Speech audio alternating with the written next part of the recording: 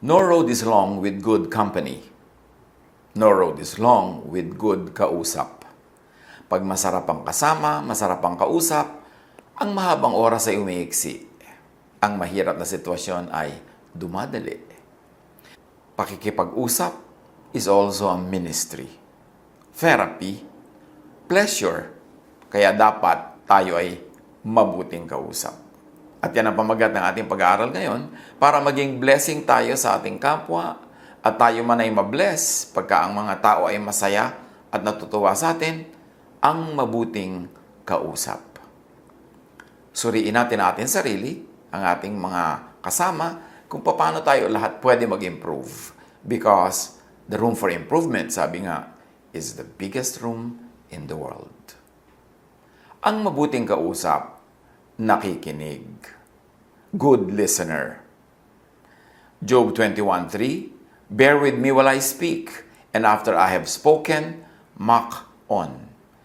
Ito kasi si Job, maraming nangyaring hirap sa kanyang buhay, tapos yung mga kaibigan niyang dumating para siya damayan, ay actually sinisisi siya.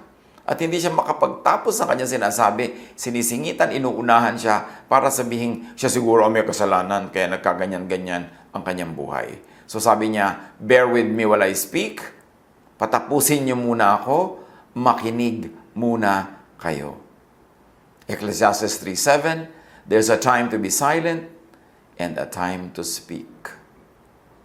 Speech is silver, silence is gold.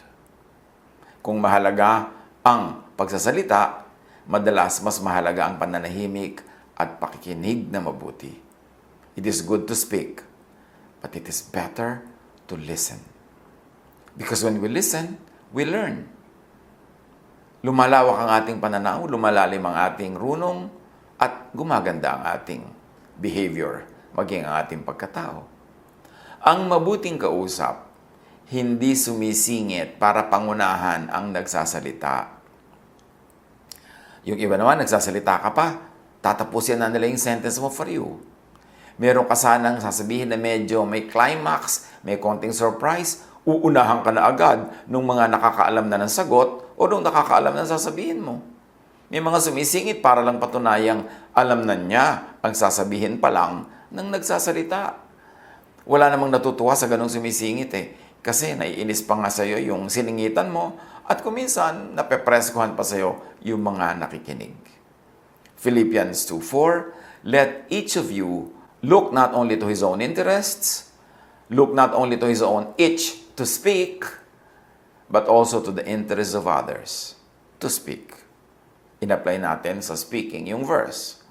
Huwag lang yung gusto mo ang sundin mo. Huwag lang yung katinang yung dila. Huwag lang yung inip mo na tuloy, you will finish the sentence that other people are trying to finish. Tuloy, ipipreempt natin ang gusto nilang sabihin, uunahan pa natin sila. No. Hindi yan quality ng masarap kausap. Ang mabuting kausap, hindi pasikat. Hindi yung lagi mo sinasapawan ng sinasabi ng kapwa, dinadaig, tinatalo. Bigyan mo na siya ng moment na siya yung maging star. Bigyan mo na siya ng kanyang 5 moments or 5 seconds of fame. Huwag agawin agad yung limelight sa kanya. Proverbs 14:3, a fool's mouth lashes out with pride. Ang hangal daw ay mayabang, mapagmataas, mapagmalaki, at sino naman ang matutuwa sa ganong tao? Kaya isang kahangalan nga yung ganyan Pero kung talagang matalino ang isang tao, malalaman niyang hindi siya dapat ganon. Kasi walang matutuwa sa kanya. At saka, unkind to others.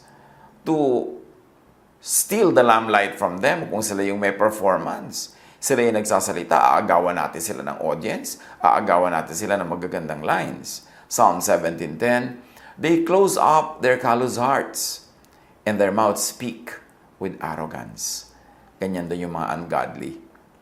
Matitigas ang puso, mabibilis, magsasalita ang kanilang mga matatalim na dila. Ang mabuting kausap, hindi judgmental. Hindi yung sa facial expression mo pa lang, dinidiscourage mo na yung tao magpatuloy magsalita. O kaya nagpapakita tayo ng pagkagulat o pagkagalit to discourage them from speaking. O kaya binibigyan agad natin ng moral value yung sinasabi nila, kahit yung moral value na yun ay very personal lang to us at hindi naman siguro laging yun ang universal moral correctness na meron lang tayong bias about our morality, about our self-righteousness at ini-impose natin yun sa iba. Tulad ng mga kaibigan ni Job. Ang daming nangyari sa buhay ni Job na napakahirap, pero yun ay pagsubok, hindi parusa dahil meron siyang maling ginawa. Pero yung mga kaibigan niya na dumating pa daw para makiramay, hindi nagtagal, naninisi na sa kanya. Ipinagpipilitan na nila na si Job siguro may kasalanan, kaya dumating sa kanya ang maraming hirap. Job 16:4, I also could speak like you, if you were in my place. I could make fine speeches against you and shake my head at you. Sabi ni Job, oo, siguro nga kung nagkapalit tayo ng lugar, ako rin magsasalita ng mga pangit na sinasabi nyo sa akin. Masasabi ko rin yun sa inyo kung nagkapalit tayo ng lugar. Pwede rin magpailing-iling pa ako sa parang kumbaga ay pagkainis o hindi paniniwala sa sinasabi ko, gawin nyo yan. Pwede ko rin gawin sa inyo yan. Kasi talaga namang napakahirap ng pinagdaanan. Pero sana, huwag nyo nang dagdagan pa. Hayaan nyo na lang kung magsalita. Hayaan nyo kung makapaglabas ng aking dinidibdib, ng aking hinaing, ng aking sama ng loob, ng aking lungkot. Huwag nyo na akong daigin pa sa pagsasalita. Pwede ba ako na lang magsalita? Total, ako naman itong nahihirapan. Ako yung merong dapat ihinga. Matthew 7:1, do not judge, or you too will be judged. Pag may kausap tayo, huwag tayo agad bumubuo sa loob ng isip natin ng judgment tungkol sa kanya. Huwag tayong hindi pa siya tapos magsalita ay meron tayong nabuong hatol against that person who is speaking.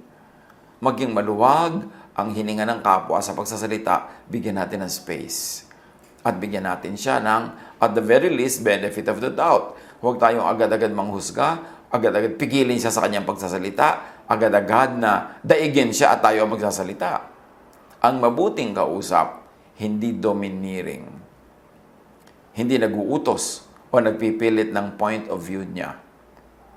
Pag kami nagtatanong, bibigyan natin ng sagot, pero sagot lang natin yun, hindi niya kailangang sundin yung sinabi natin. Binigyan lang natin siya ng isang choice among many choices available sa kanya. James 3:17, but the wisdom that comes from heaven is first of all pure. Then, peace-loving, considerate, submissive, full of mercy and good fruit, impartial and sincere. Ganun daw ang tunay na karunungan na nagmumula sa Diyos. Dalisay, malinis, ang hinahanap ay katahimikan, hindi gulo, nagsasaalang-alang sa kapwa, hindi ipinagpipilitan ng sarili, mahabagin, maganda ang bunga, hindi biased, at ito ay matapat at malinis. Ang mabuting counselor, yung mga tagapayo, hindi naguutos. Hindi nagmamanman kung nasusunod siya. Hindi nagagalit pag hindi sinunod at hindi nagpaparusa pag hindi sinunod. Sa counseling, inaayos lang natin ang magulo. Nagpapaliwanag tayo ng madilim. Nag-aayos ng magulo sa isip. Nag-aalok ng mga choices. But a good counselor lets the counselee decide. Hindi tayo magpapayo tapos ipopulis natin, babantayan yung tao kung sinunod ang payo natin. Tapos magagalit tayo pag hindi tayo sinusunod. Pagkatapos humihingi uli ng payo, sasabihin natin, huwag ka nang magpapayo sa akin, di ka naman sumusunod sa akin. Look, nagpapayo tayo para yung magulong buhok masuklay para mas maintindihan niya. Yung madilim, matapunan ng mas maraming liwanag para mas makita niya ang relationship of things. Pero hindi tayo diktador na magsasabi doon sa humihingi ng payo kung anong dapat niyang gawin. Pwede tayong mag-offer ng, eto ang mga sa tingin ko ay posible mga gawin mo, 1, 2, 3, 4, 5. But let the counselee choose kung anong gusto niyang gawin. At huwag magalit yung counselor pag hindi natupad yung ipinapagawa niya. Ganon ang makadiyos na pagpapayo. Ganon ang makadiyos na pakikinig. At ganon ang makadiyos na pagbibigay ng ating kuro-kuro. Hindi natin ginajudge yung tao pag hindi tayo sinunod. Ang mabuting kausap, hindi madaldal. Does not betray trust. Hindi yung nalaman niya, tapos mamaya alam na ng buong barangay. At lalo ngayon, ang bilis-bilis ng social media. Pag may nalaman tayong sikreto, ipinagtapat, o kaya ay sa moment of weakness ng kapwa na humihinga sa atin ng sama ng loob, may nalaman tayo, dapat igalang natin yon. Whatever is shared in secret, in good times, in friendship, must be kept a secret even in so-called bad times, even if you become enemies. Ang totoo at tunay na tao, pag may ipinagtapat sa iyo ang kapwa sa panahon na kayo magkaibigan, malapit sa isa't isa, pag nagkagalit kayo at nagkalayo, sinisikreto mo pa rin yun. Hindi mo ibinubulgar sa iba dahil lang naiba na ang friendship nyo. Kasi nung isinyer sa iyo yon, maganda ang inyong relasyon. Therefore, igagalang mo yung magandang relasyon na yon kahit na iba pa nga ang ganong relasyon pagdating ng panahon. Proverbs 11:13, a gossip betrays a confidence, but a trustworthy person keeps a secret. Secret niya nung friends kayo, ngayong hindi na kayo friends, igalang mo yung friendship na yon kahit natapos na o kahit na iba, keep it still as a secret. Kung ikaw ay disente, makadiyos, at mabuting tao. Proverbs 13:3, those who guard their lips preserve their lives. And may I add, and the lives of those who trust them. Pagka hindi tayo madaldal, hindi tayo nagbubulgar ng mga sikreto needlessly, yung sarili nating kaligtasan ay ating napapangalagaan, pati kaligtasan ng kapwa. Hindi tayo nagkakaroon ng mga needless enemies, hindi tayo nagkakaroon ng needless dangers na papasukin kung may magalit sa atin dahil tayo ay madaldal. At kung anak ng Diyos, hindi lahat ng iniisip ay sinasabi, lalo sa social media. Sa social media, ang dali-dali mag-away, ang dali-dali mag-disagree. Pero come on, nagba-Bible study kayo sa social media, sa Zoom conference, may Bible study, tapos mag-aaway. Tapos pagsasalitaan ng hindi maganda, ng masakit, magdi-display tayo ng pride, ng yabang, ng ating pagiging hypersensitive. It has no place in an online Bible class. It has no place in an online fellowship. Kasi dapat the Spirit of God governs us. At dahil sa social media, napakadaling ikalat ang baho, napakadaling ikalat ang sarili nating baho, sarili nating emosyon, mas maingat tayo dapat. Kasi pag nasabi na, kumalat na, hindi mo na mababawi pa. Mag-sorry ka man, pero hindi yan buong-buong nababawi. May natitira pa rin yan, nalulutang-lutang sa hangin. Kaya ang sabi ng Ephesians 4:29, do not let any unwholesome talk come out of your mouths, but only that which is helpful for building others up, according to their needs, that it may benefit those who listen. So, ang magandang kausap, ang mabuting kausap, binabantayan ang kanyang bibig, ang sinasabi lang niya ay yung makakatulong, hindi yung makakasira sa kapwa. Ang sinasabi niya ay yung sensitive sa need ng iba, hindi sa sariling need niya lang, at ang kanyang iniisip, lahat ng kausap, pinag-uusapan, at makikinig ay makikinabang. Nakapakinabangan sa kanila pag bumuka ang ating bibig. Proverbs 20:19, a gossip betrays a confidence, so avoid anyone who talks too much. Pagka merong tao na masyadong madaldal, walang pag-aalinlangan, at walang preno sa paninira ng kapwa, directly or indirectly, sa pagsasalita ng bagay na makakasira sa kapwa, iwasan daw ang ganong mga tao. Kasi yung ginagawa nila sa iba, gagawin nila sa iyo. Pag mabuti ang kausap, napapabuti ang kapwa. Mayroon namang kausap na mapapahamak ang kapwa, imbes mapabuti. Sabi sa Romans 3:13, their throats are open graves. Their tongues practice deceit. The poison of vipers is on their lips. Yan daw mga tao masama magsalita, masama ang korte ng bibig, ang kanilang mga lalamunan ay parang mga libingan. Ang mga dila nila ay mapandaya, at ang kamandag ng mga ulupong ay nasa kanilang mga labi. Mabuti ka bang kausap? Masarap ka bang kausap? Psalm 119:103, How sweet are your words to my taste, sweeter than honey to my mouth. Ang blessed person, pag nagsasalita, blessed ang kapwang nakikinig. Proverbs 16:24, gracious words are a honeycomb, sweet to the soul, and healing to the bones. Lalo sa ministry, watch your words. Words should bless. Kung sa palagay mo ikay godly, sa palagay mo ikay leader, sa palagay mo ikay magaling, bantayan ang bibig. Yan ang tunay na sukatan. Hindi record, hindi body of works, hindi dami ng ministry, hindi dami ng sipag at nagawa, kundi paano naman magsalita. Nakakasakit ba o nakakabless? Many unpleasant words come from pride, lalo na pag may audience.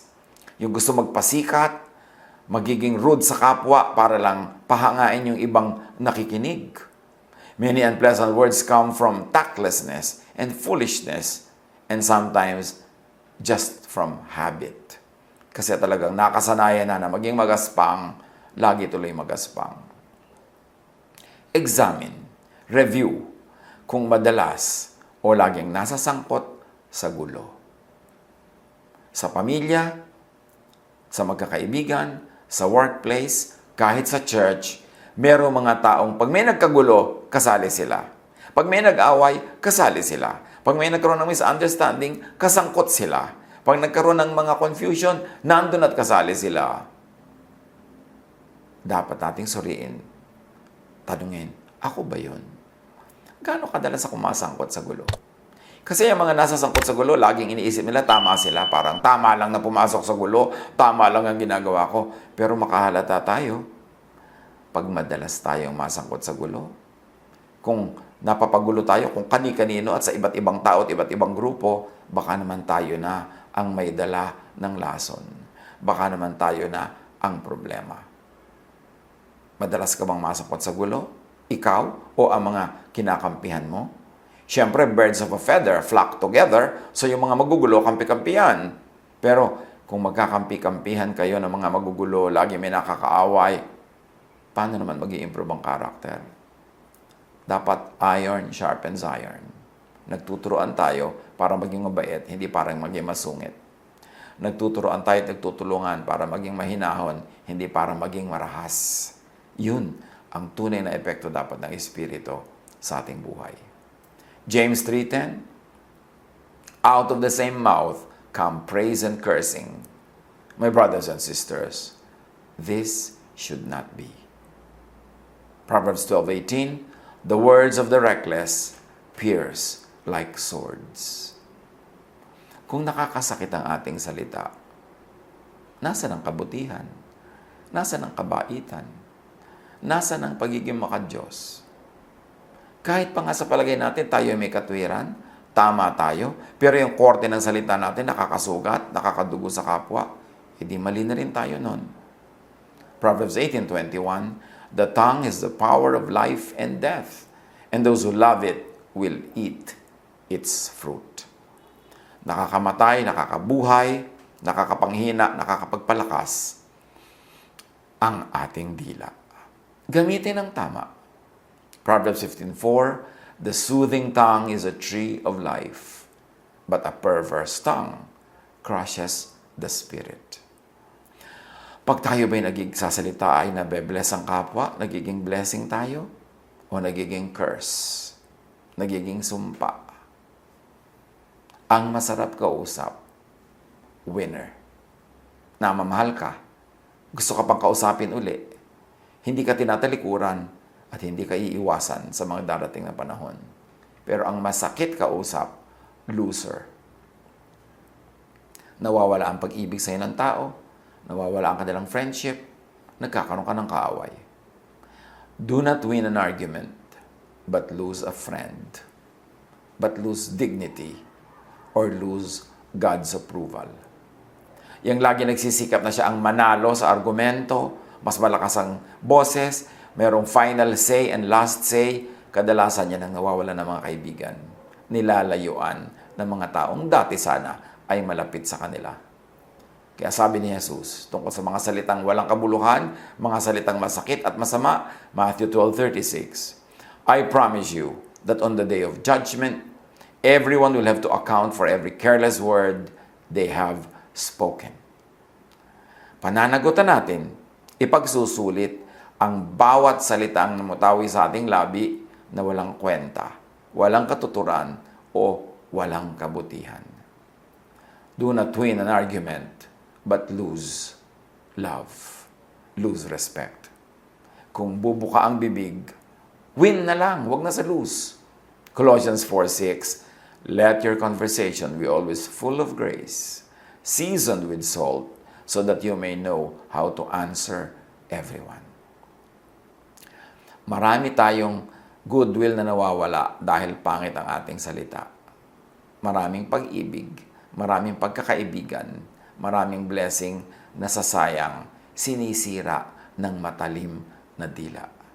Pero marami ring pag-ibig, maraming friendships, maraming blessing ang pwedeng akitin ng mabuting pananalita. Suriin natin.